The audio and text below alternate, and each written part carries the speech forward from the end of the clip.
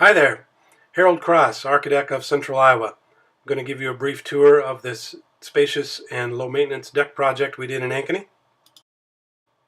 Here is a look at the existing deck, which we removed, and we also removed that large bush there on the right side to make way for the expansion, which involved expanding the deck space up above with the wraparound staircase there on what is the north end, and then also a standard concrete patio underneath, all new, landscaped in river rock and flagstone reused from the existing patio.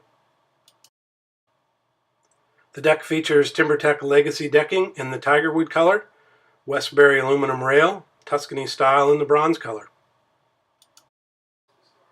Our client has a beautiful and private backyard, but she wasn't going to be able to improve her outdoor living lifestyle without these aesthetic and functional enhancements.